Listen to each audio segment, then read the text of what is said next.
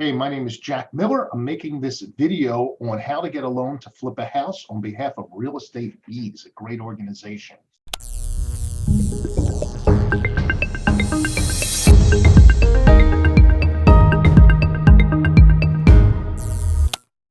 I have been in the real estate finance and business and providing fix and flip financing for real estate flippers since 1989. We've done thousands of loans, over 7,000 loans throughout the country in all different economies. I've been involved as a lender and as a borrower, and I hope this video provides good content for you and you learn something from it. First, I'm going to tackle some questions, but I want to sort of set the stage.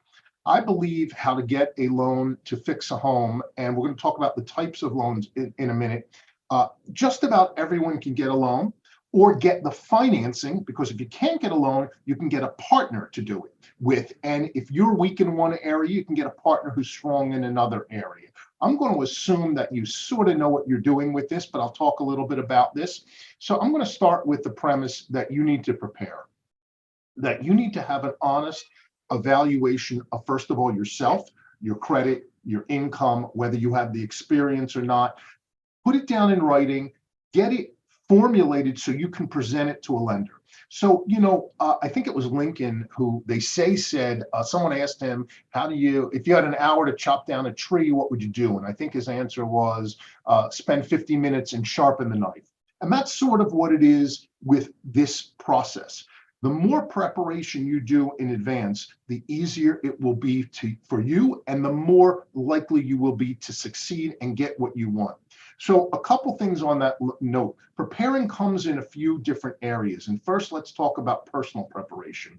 As I started to say, have an honest evaluation of yourself, your credit, your income, whether you have the adequate reserves, which lenders want to see, whether you have the experience to do it. And put that, I like to see it on an Excel, or I would put it down. And if you're weak in one area, see if you can overcome it and at least know your weaknesses and know your strengths. So for example, if you don't have the credit, or you don't have focus on building up good credit, or go in partners with someone who has good credit, or if you don't have the experience, but you have the desire, learn and get the experience. Remember, lenders want their money back. So the more credible you present yourself, the better off you are. Just about everyone can get a type of loan, a loan to fix and flip. And I'm going to talk about the different types in a minute. It's what type of loan they get and the way they get it and who it's from. So the first thing is prepare yourself and do an honest evaluation of your strengths and weaknesses. Remember, there's three parts to every deal. There's buying the property, which is one part. There's managing the property, and there's selling it. So certain people I found are very strong with buying a property. Other people are stronger with dealing with the contractors, and other people are stronger with selling the property. You need to be all three of those things to be a success. And I'll tell you right now that getting the financing, as hard as it may seem, if it's hard to you, is the easier part. The harder part is executing on your strategy for success. So you need to have all three parts. If you don't, partner up with someone who has that element that you're weak in. Then I would learn what a lender is looking for. There are different types of loans, different types of guidelines out there, and some of them have to do with the product type. So some of them, for example, is using a hard money loan to flip homes. What's a hard money loan? Everyone really has a different definition of a hard money loan, but traditionally a hard money loan or a private loan, and I consider myself a private lender who does hard money loans, is a loan that's harder to get, and you're usually going to get it from an individual or a smaller company that's not selling their loans to Wall Street.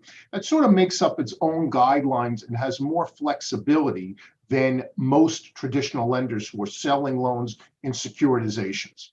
So a hard money loan is an excellent source to get financing to flip a home.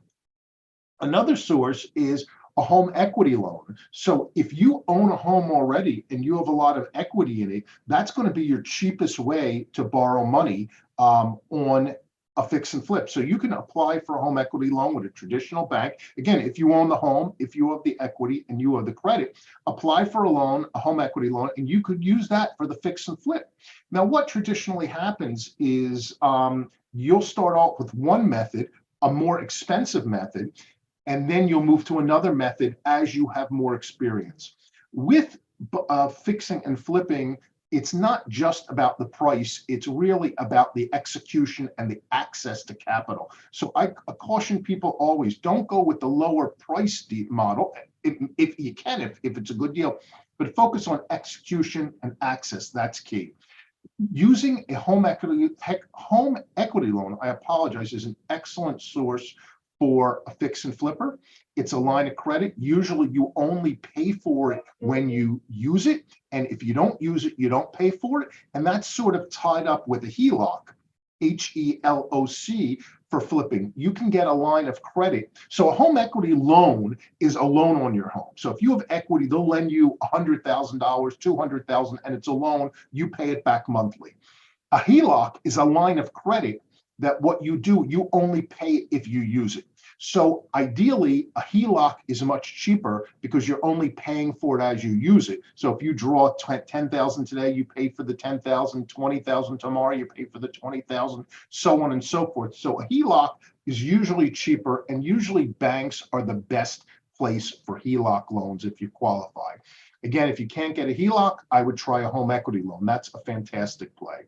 Usually conventional lenders will not let you do a fix and flip because they're selling the loans on the secondary market. And usually an SBA loan is not a fix and flip. An SBA is a small business administration loan, and they don't allow for fix and flip loans. You may run into people who say they do, they don't. You can get a construction loan, but it's really a construction loan through a bank may be very detailed. It may be a lot of money and a lot of time because banks take a long time. So you have to measure the cost. Is it worth it for a construction loan with a bank? And of course, it has to do with how much rehab is it. If it's $400,000 or $500,000 in rehab, a construction loan may be the appropriate vehicle.